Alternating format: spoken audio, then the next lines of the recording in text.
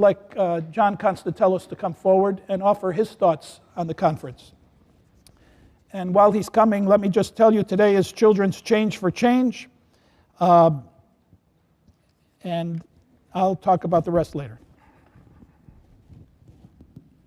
Good morning, everybody. Like Father said, the only thing I brought back as a souvenir from New York was COVID. Would have much rather have brought back something more significant than that, but I did. As he said, this was a pretty significant clergy laity conference that we attended. It was the Centennial, 100 years of Greek Orthodoxy in America. So it was, we had representation from every diocese. It was a pretty amazing and astonishing opportunity to be there. It was in person, nothing was virtual. There was so many people there, it was unbelievable. There is a website that material is getting published. It's clergylaity.org. So when I'm done here, I'll be referencing some material. I won't talk long because I know some fathers got some additional announcements. But you can go there to see the material that I'll be talking about, as well as the keynote speeches and other material that was presented throughout the week.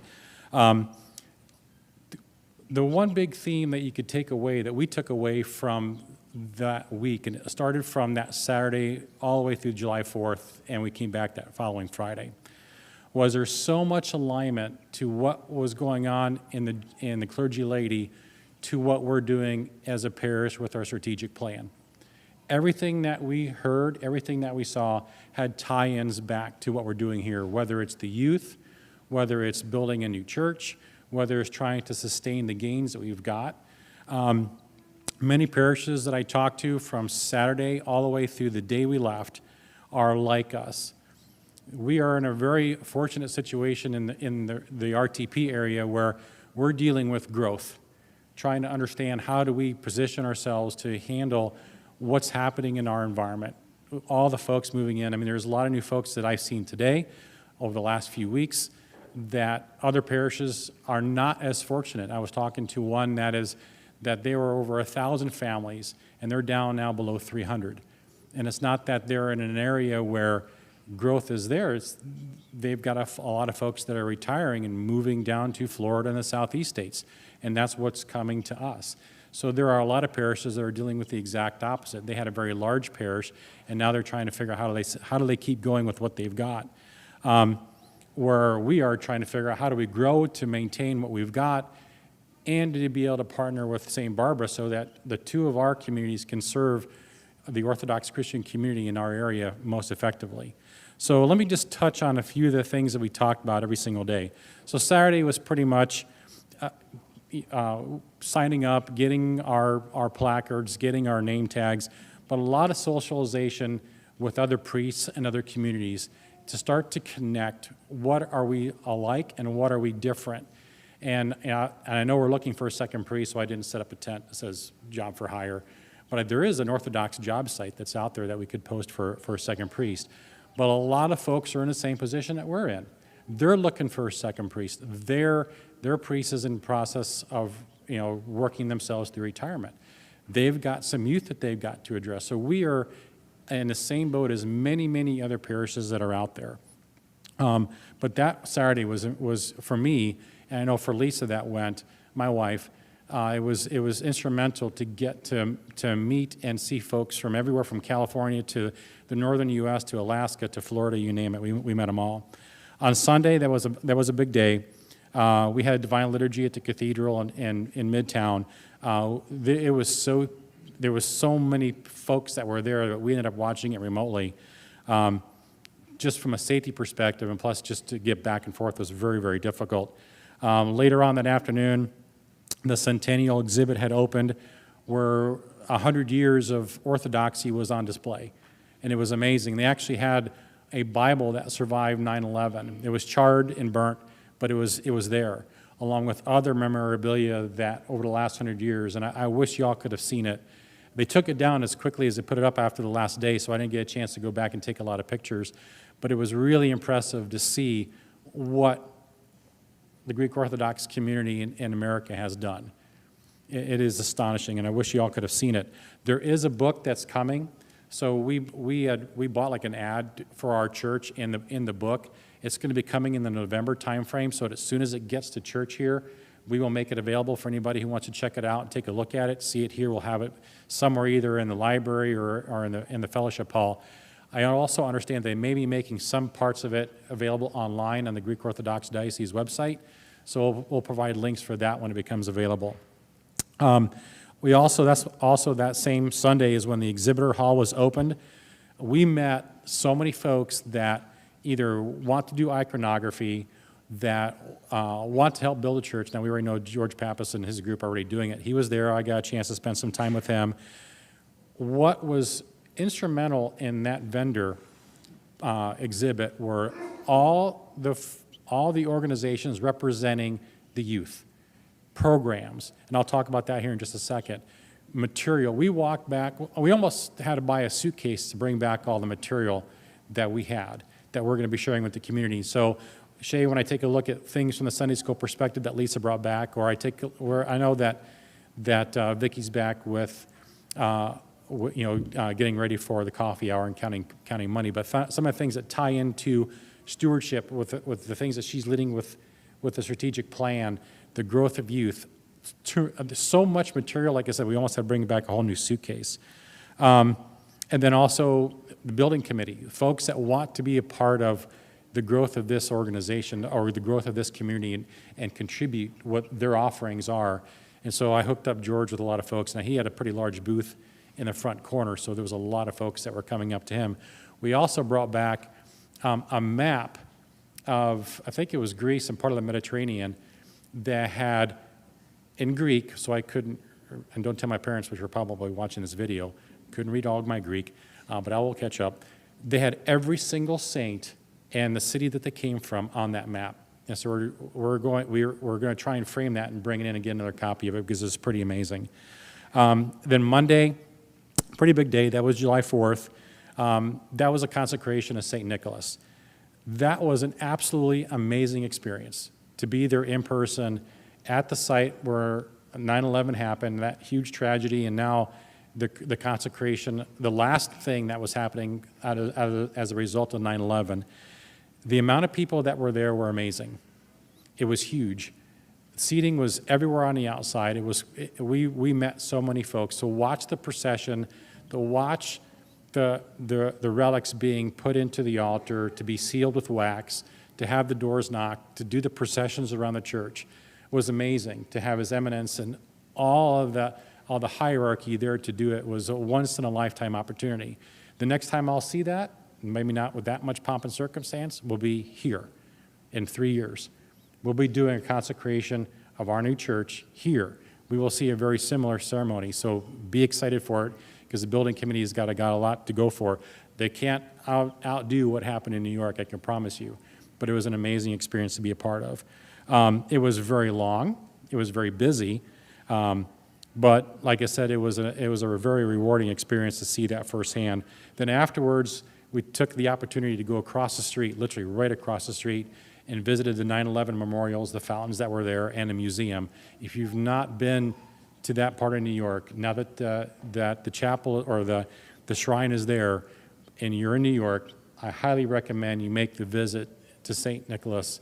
Take a look at it. Go to the 9/11 memorial. It is an amazing experience.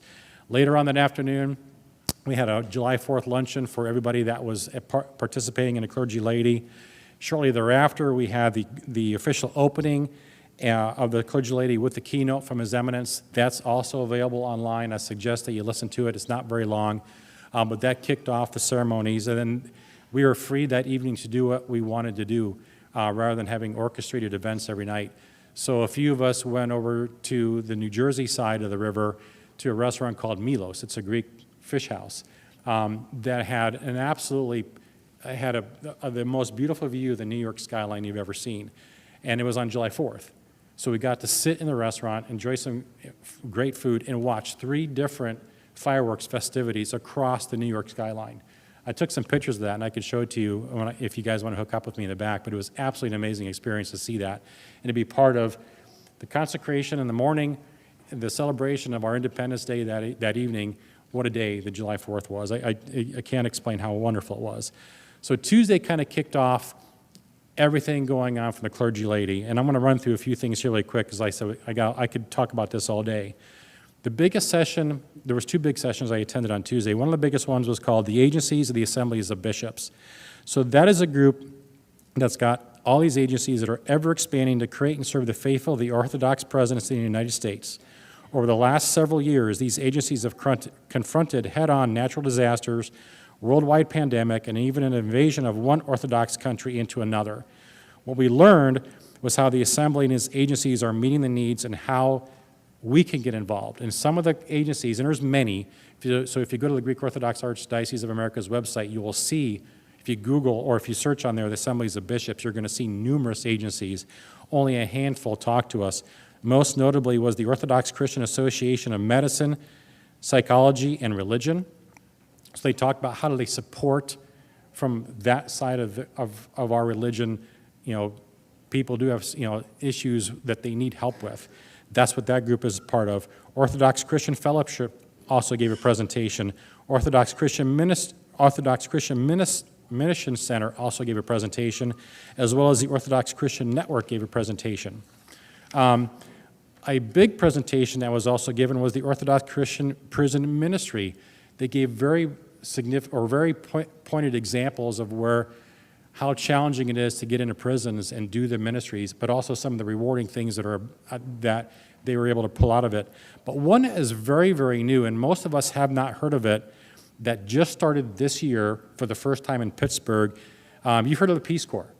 So now there's something called the Orthodox Volunteer Corps. It's exactly the same thing. It's geared for youth that are kind of coming out of college, or coming into college, coming out of high school, that want to do that kind of Peace Corps volunteer.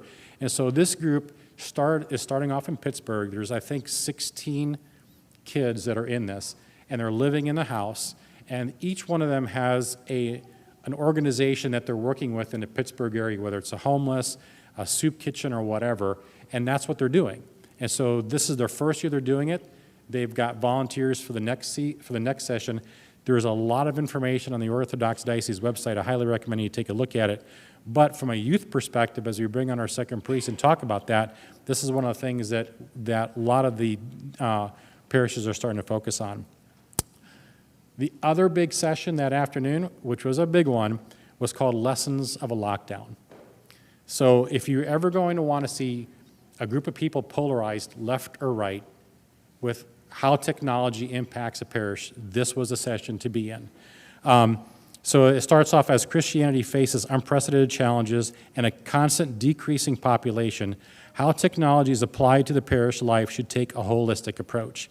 So during the COVID-19 lockdown and the pandemic, parishes have come up with creative and tech-based ideas on how to continue ministries, fundraising, and to keep the community. Expanding past the idea of just having a Facebook page, but the conversation that we went through took us into internet ministries, took us into Bible studies that are happening remotely, to parishes coming up and saying that their parish councils got more engaged by doing things more virtually than bringing everybody together on site.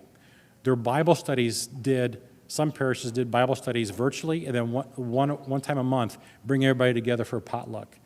But what they found was the parishes that got it right actually grew in terms of their members and their outreach into the community.